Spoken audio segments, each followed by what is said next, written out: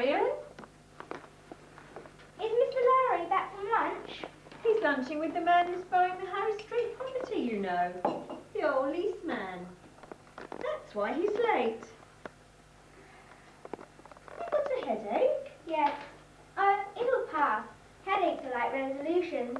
You forget them as soon as they stop hurting. Are there any calls? Teddy called me. My mother called me to see if Teddy called.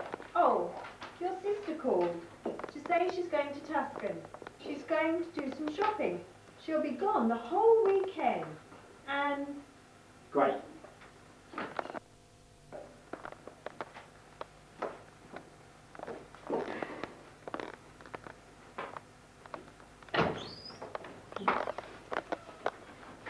No? Oh, it's hot as fresh milk today. Ask your boss for some air conditioning. You can afford it. Susan, will you get a copy of the deed ready for Mr. Cassidy? I'm buying a house for my baby's wedding present. $40,000 cash. That's buying a bit of happiness. And I never carry more than I can afford. Count them. I declare. Mr. Cassidy, a cash transaction of this size is most irregular. It's my private money. So what? I suppose we could put it in the safe and give you a check on Monday morning. Okay. Speaking feeling good. Didn't you have a bottle? Oh, sorry. I know when I have to shut my mouth. Oh, okay.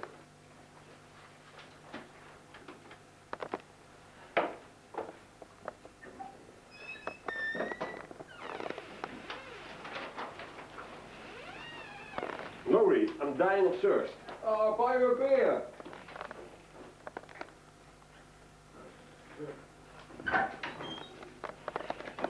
I don't want that money in the office over the weekend. We'll give it in the bank and give him a check on Monday morning. Okay.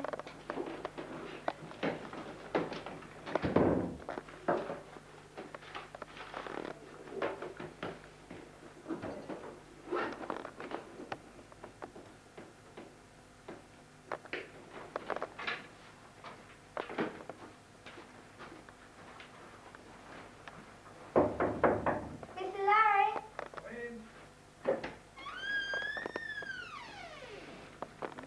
The copies.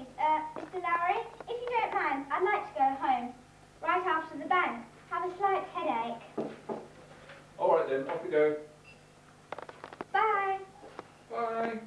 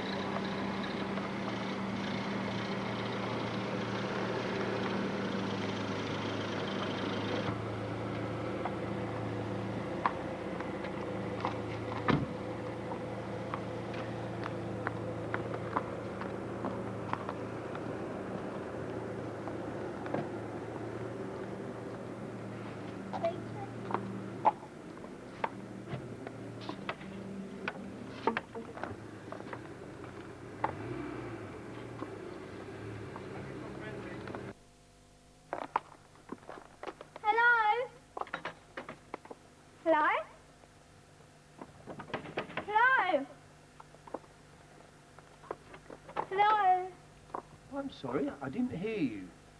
Can I help you? Yes. 1 second, please. I'll come and open the door.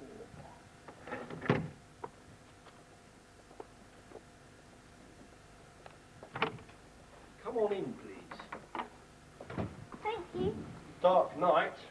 Do you have any vacancies? I have 12 vacancies. 12 cabins and 12 vacancies. Someone moved the highway. I'm sorry about that. Please come this way and sign the book. I thought I got it off the main road.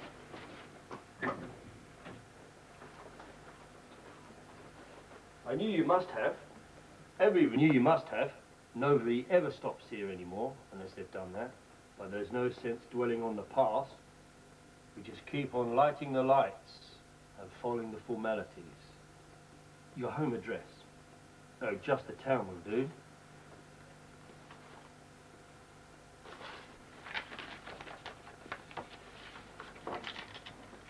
Cabin 1.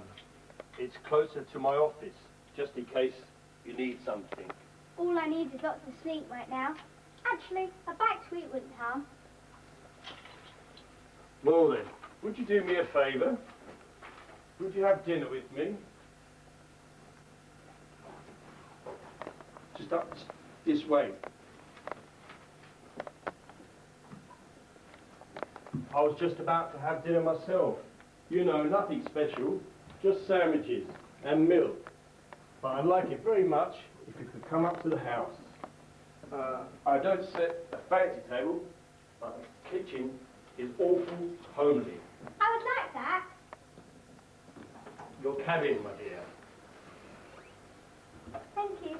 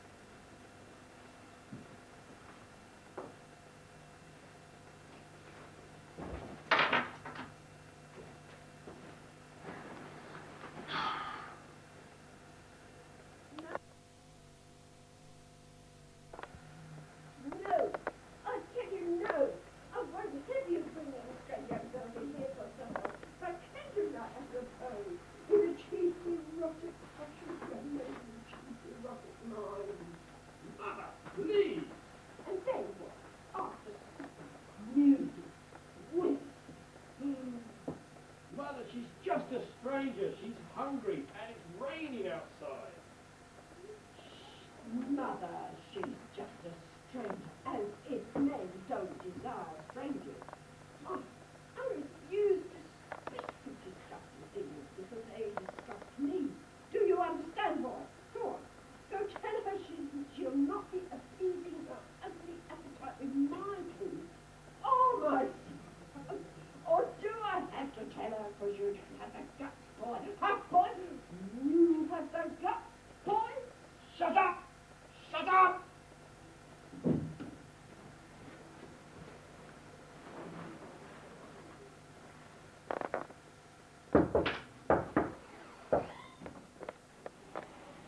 I've caused you some trouble. No, my mother, what is the phrase? She isn't quite herself. She's quite unwell.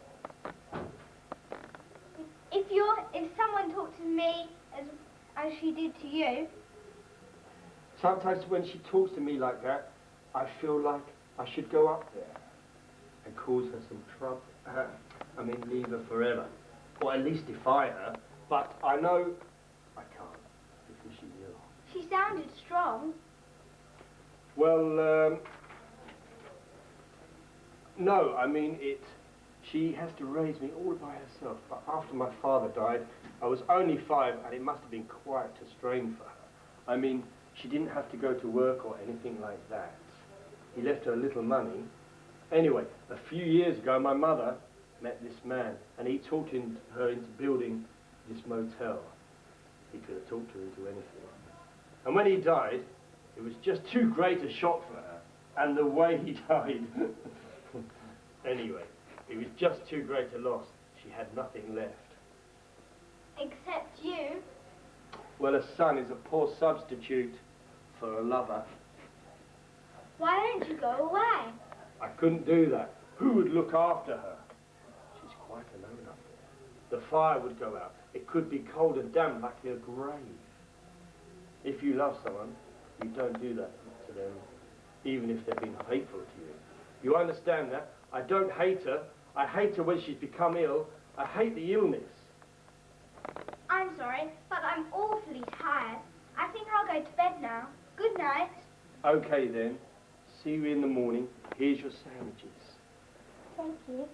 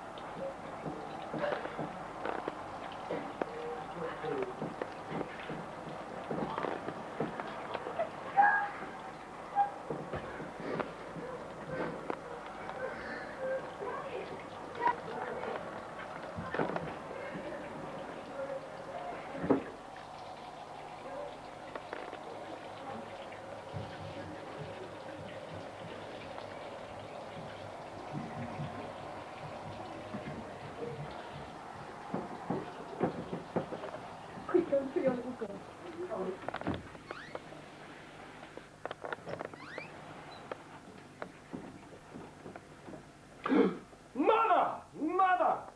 What have you done? Look at the blood in here. There's blood everywhere.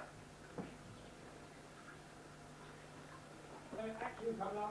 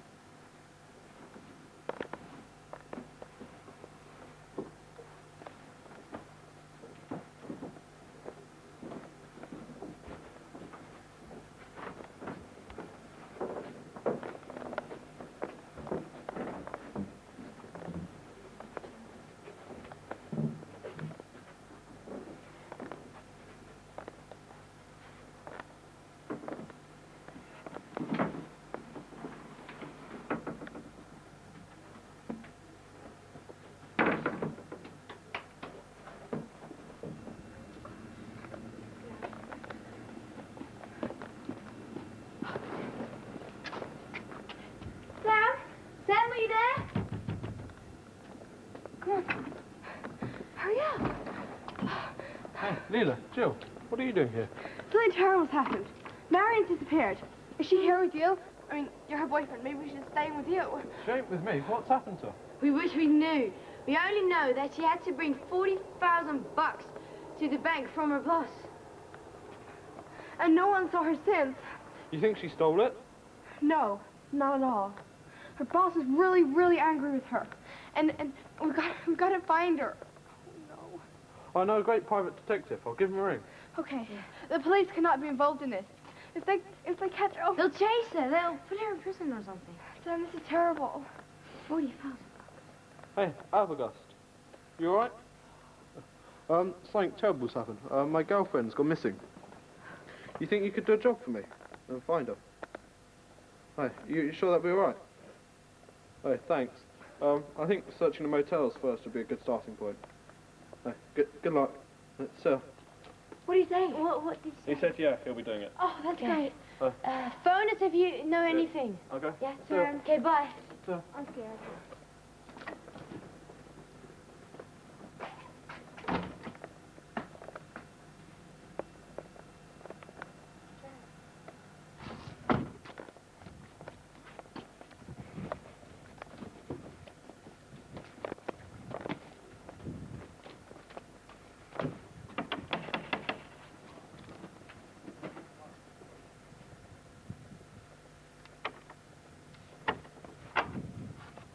Evening.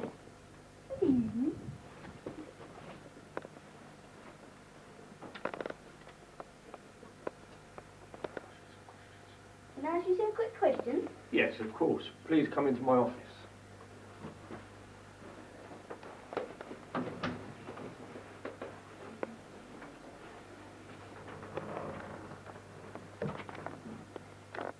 Well, you see, I'm looking for a missing person.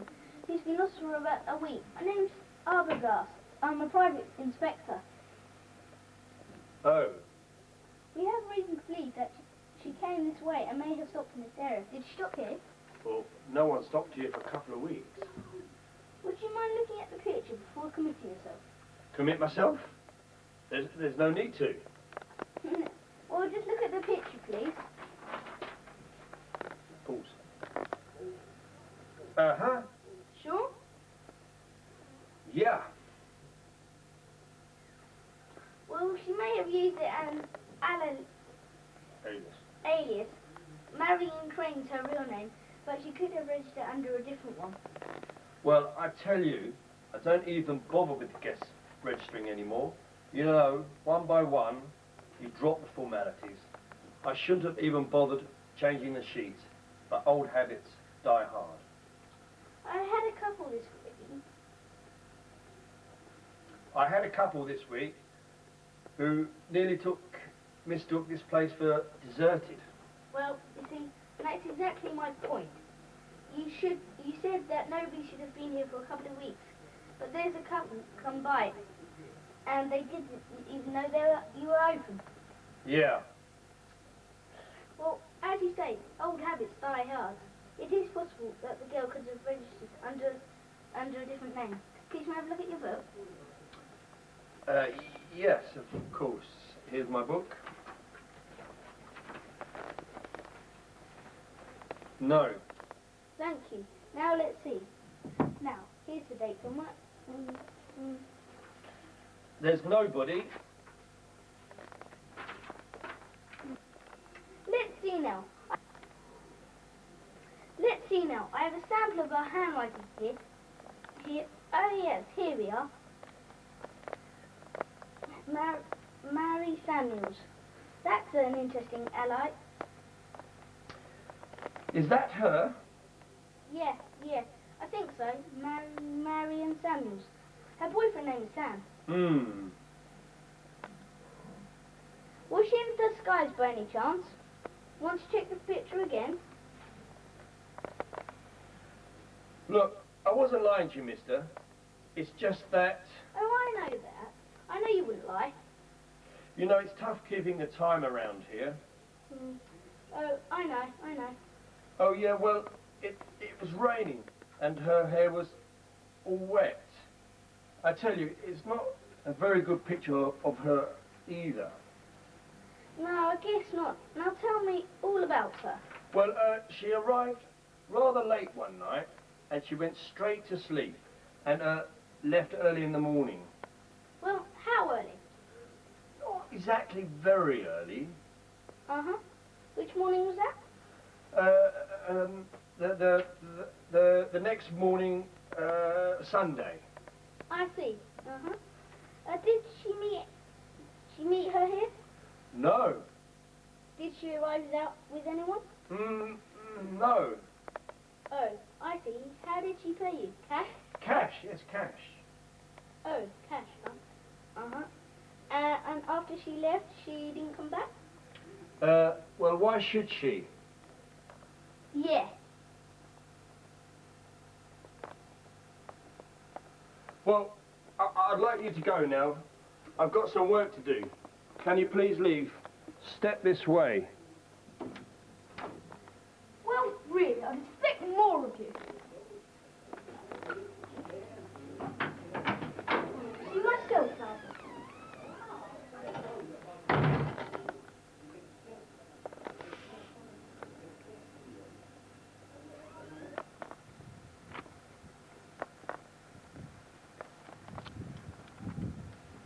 Oh, hello. Sam, this is Arbogast. Is Leela there? Good. Let me talk to her, please. Hello? Leela? Leela, listen. Marion was up here. Yes, she spent last Saturday at the Bates Motel. It's right outside the highway. I even know the cabin she was in. It was number 1. Well, the young fella that runs the place said she just spent the night, left the next morning. And that was it. No, not exactly. Well, I did question him, believe me. But I think I got all there was to get. I'll just have to pick up a few pieces from here. Well, I'll tell you. I don't feel entirely satisfied. The boy I thought, see, this boy had a sick old mother. I think she saw Marion and talked to her. No, unfortunately, he wouldn't let me see her.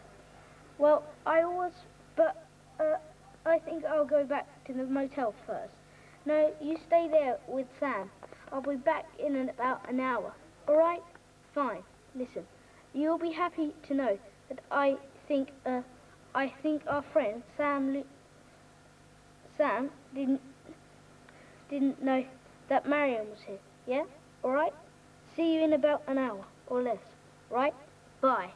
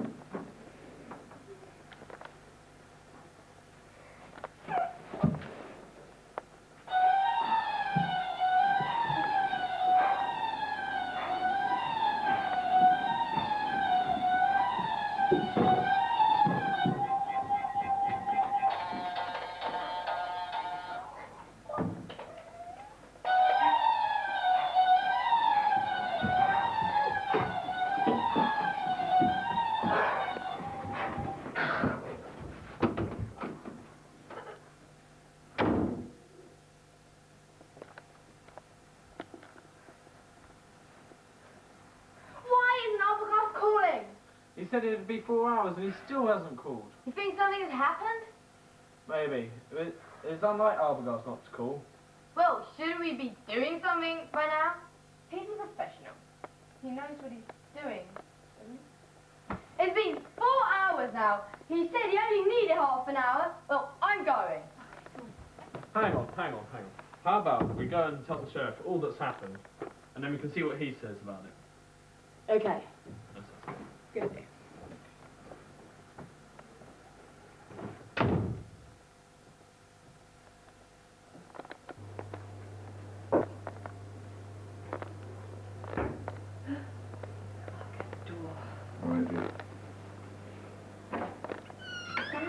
Chambers. Come in, Sam. Something terrible's happened. Evening, Sam. Evening, sir. Yes, Jill, pleased to meet you. Sure. Jill. I'm Lila. Pleased to meet you. Evening. Lila. Hi. I don't know where to start, except at the beginning. Yes. A week ago, my girlfriend disappeared.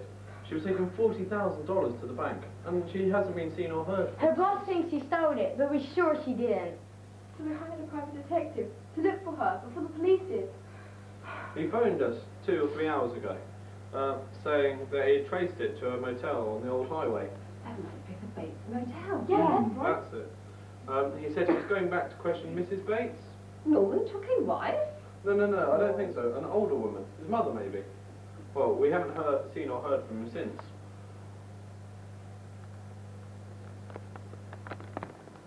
Your detective told you couldn't question Norman Bates' mother? Yes. But Norman Bates' mother has been dead and buried in Quinlan Common Cemetery. What? I helped Norman pick up the dress she was buried in. In fact, it was very wrinkled blue. It's crazy. Oh my God. I don't believe it. But, I mean, It's only local history, Sam. It's the only case of murder and suicide on the Fairvale ledgers. Mrs. Bates has poisoned this guy, and she resolved in, well... Mrs. Bates poisoned this guy, and he was involved with when she found out he was married. He took helping the same stuff herself. Strictly ugly way to die. Norman found them to bed together. You mean that woman that Arbogast was talking about isn't Bates' mother? Now, wait a minute. Are you sure he saw the old woman? Yes, in the house behind the motel. That's impossible. And you want to tell me he saw Norman Bates' mother? why would he lie about such a thing? Well, if the woman was Mrs. Bates, who's that woman buried out on Greenham Common Cemetery? Oh my gosh. Come on, Jill, Leela, let's go and find out. Yes, Thank you for your help. Thank you very Very much. much. I shall Okay. come. Bye-bye. Good evening, Bye-bye, good Dan. evening. Bye-bye. Have a nice cup of tea. Thank you. Thank you. Bye! We will tell Norman we're on a trip and we want to spend the night here. Meanwhile, we'll search the place for any signs of Marion or Abigail. I got a great idea. I'll keep Norman busy while you have a look upstairs. Okay, let's go.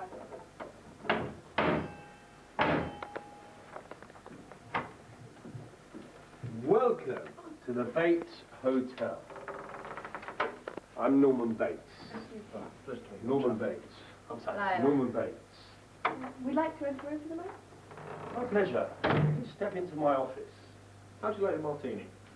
Shaken but not stirred.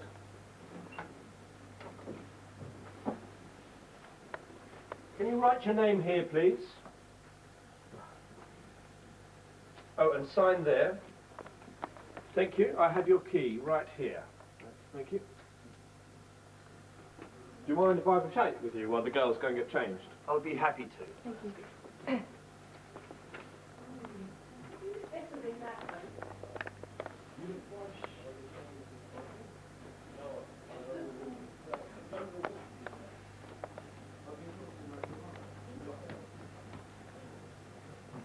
Wait, I've got an idea.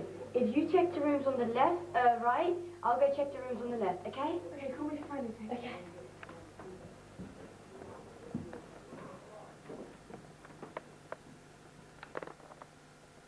I've been doing all the talking here. I thought it was the people that are alone that did all the talking. You are alone, aren't you? Drive me crazy. I think that would be a rather extreme reaction. Just an expression. What I meant was, I'd do just about anything to get away from it. This place? This is the place that I grew up. My mother and I, we've been very happy here. It has fond childhood memories. You look frightened. Have I been saying anything frightening? I'm not frightened. What are you saying? I've been talking about your mother and your motel. How are you going to do it? You have to cut that, Dick. I've got to turn the page. Do what? What, buy a new one in a new town where you don't have to hide your mother. Why don't you get in your car and just go away? Where will you get the money to do that from, Bates? Or have you already got it socked away? Shut up! A lot of money, $40,000. I bet your mother knows where the money is and how you got it. Where are those girls? Those two girls that you came with. Where are they? Hey? Where are they? Tell me! Ah! Ah! Ah! Mother! What have you done, Mother? What have you done?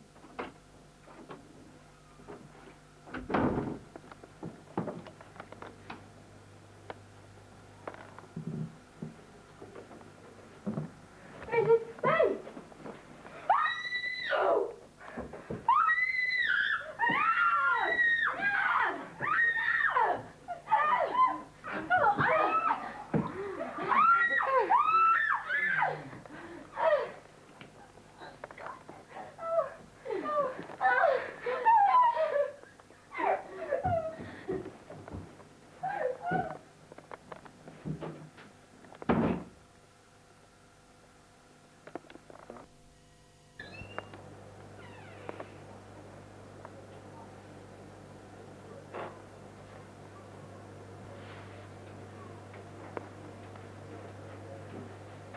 Well, if anyone can get to him, it'd be the psychiatrist. Even I couldn't get to him, and I know him quite well. You warmed up, Missy? Yes, thank you.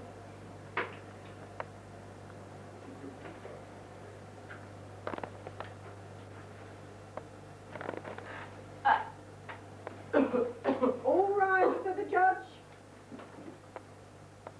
Is the court assembled? You may sit. We are.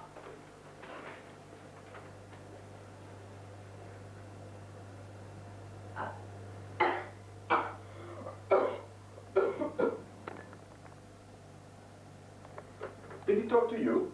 No. I got the whole story, but not from Norman. I got it from his mother. Norman Bates no longer exists. He only half existed to begin with, and now the other half has taken over. But did he kill my sister? Yes and no. Well, now look, if you're trying to lay some psychiatric groundwork here for some sort of plea that this fella can get off for scot-free. The psychiatrist doesn't lay the groundwork. He merely tries to explain it.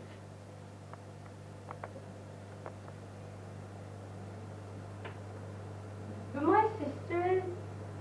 Yes, I'm sorry. And private investigator too.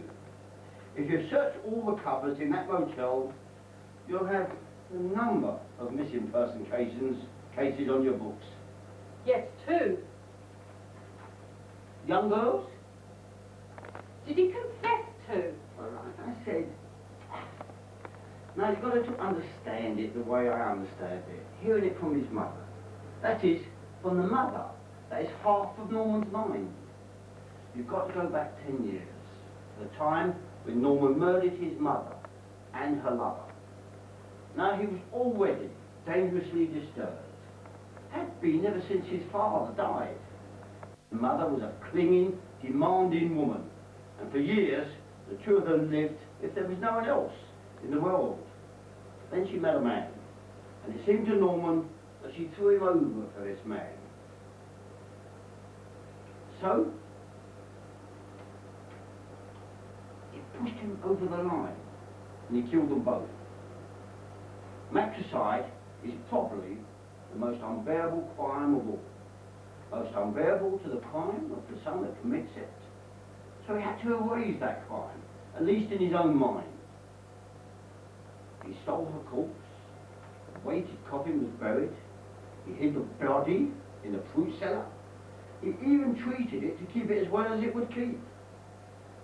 And that still wasn't enough. She was there, but she was a corpse.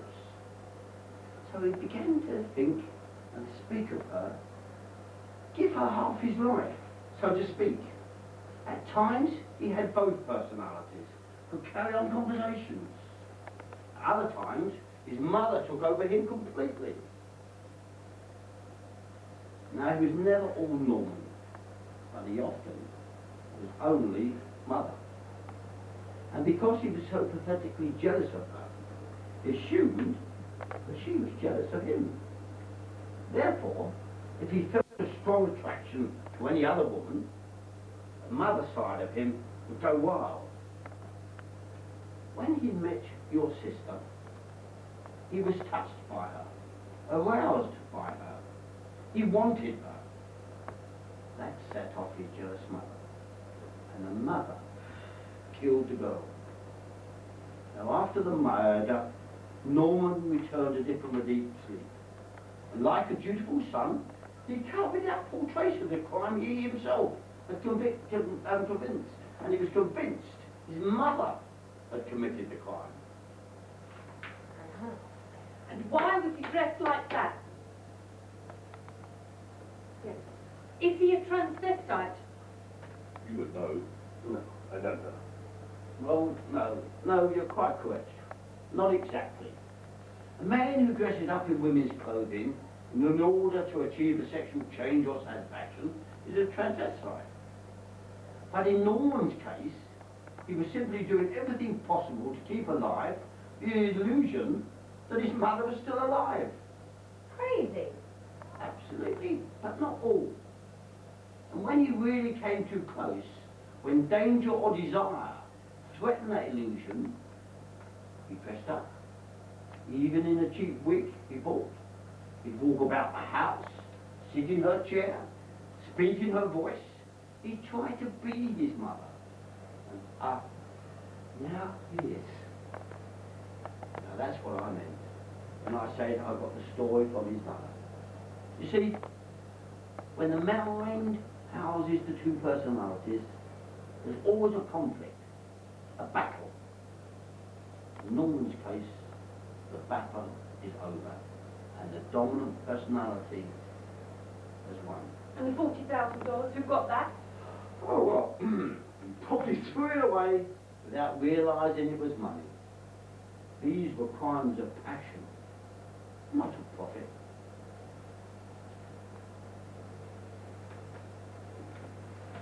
All rise.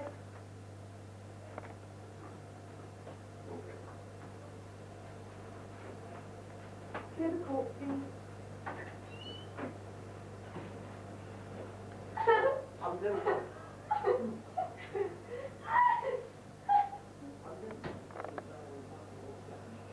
That's very good assessment.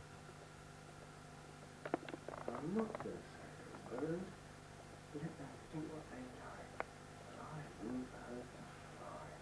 I'm not going to